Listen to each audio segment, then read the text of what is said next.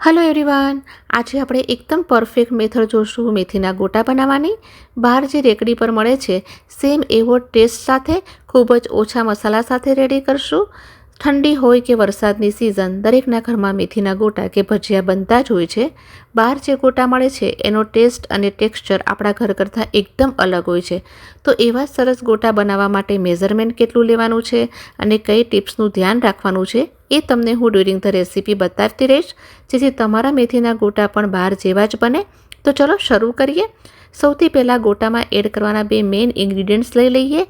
2 ચમચી આખા ધાણા લેશું અને 1 ચમચી કાળા મરી લેશું. આ બે જ ઇન્ગ્રીડિયન્ટ્સ છે જે ગોટાના ટેસ્ટને એન્હાન્સ કરે છે અને ટેસ્ટી બનાવે છે. એનો દરદરો પાવડર બનાવવાનો છે. તો જુઓ, કંઈક આ ટાઈપનો પાવડર બનાવી લેશું. બેટર બનાવવા માટે મેં અહીંયા 1 કપ બેસન લીધો છે.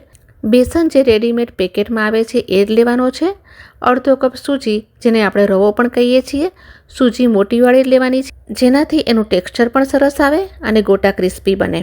4 ચમચી એટલે કે 1/4 કપ ખાંડ એડ કરશું. એનાથી શું થશે કે ટેસ્ટ છે એ બેલેન્સ થઈ જશે. ગોટામાં એક તીખાશની સાથે હલકી મીઠાશ પણ આવશે. હા, પણ ગોટા એવા ગળ્યા પણ નહીં થાય, જરૂરથી એડ કરજો. હવે આપણે જે આખા ધાણા અને કાળા મરી વાટીને રાખ્યા હતા એ પણ એડ કરશું. સાથે જ ઝીણા સમારેલા લીલા મરચાં એડ કરશું. સ્પાઇસી લીધા છે, તમે તમારી પસંદગીના હિસાબે એડ કરો. આમાં લાલ મરચું નથી એડ કરવામાં આવતું, એટલે લીલા મરચાંનું માપ વધારે રાખવું. બધી જ વસ્તુઓને હાથેથી સારી રીતે મિક્સ કરી લેશું. ઘરમાં નાના બાળકો રહ્યા તો તીખાશ ઓછી કરી લો. બધી જ વસ્તુ મિક્સ થઈ જાય પછી પાણી એડ કરવાનું છે.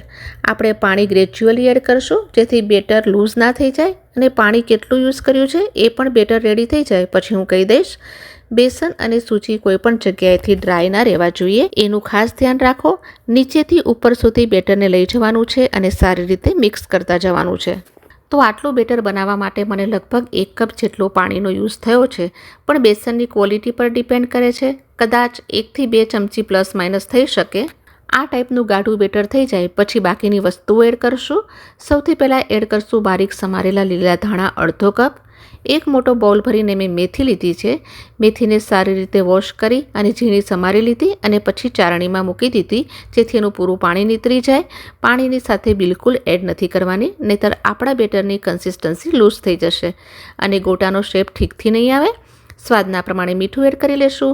મેથીની ક્વોન્ટિટી વધારે જ રાખો તો જ ગોટા ખાવાની મજા આવે છે અને ટેસ્ટ પણ સારો આવે છે. મિક્સ કરી લેશું એકદમ સરસ રીતે.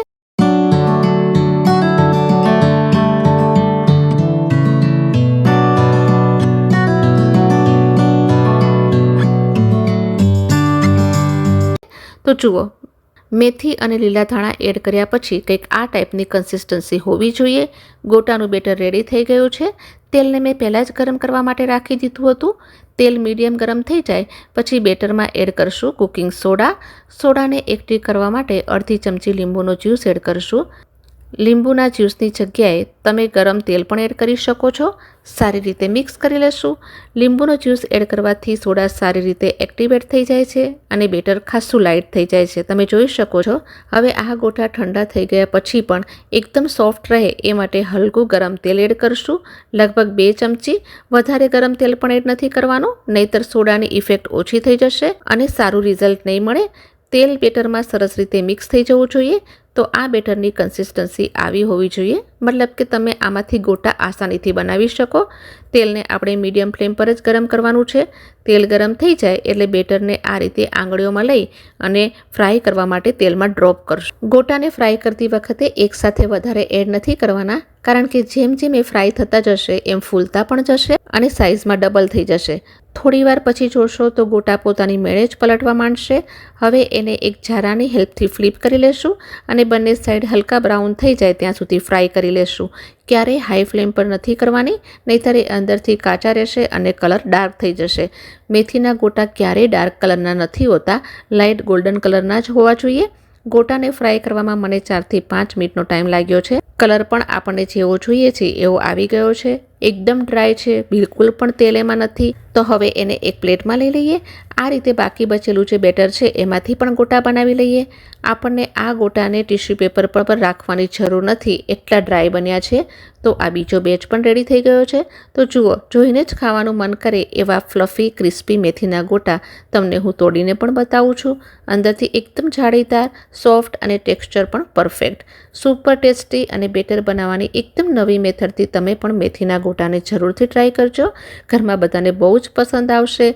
તમે એની સાથે એની સ્પેશિયલ ચટણી, જે કઢીના નામથી ઓળખાય છે, એની સાથે સર્વ કરી શકો છો. ટમેટા કેચઅપની સાથે અથવા તો દહીં સાથે પણ ખૂબ જ સરસ લાગે છે.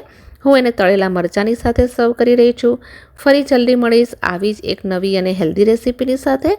Till then take care and thanks for watching.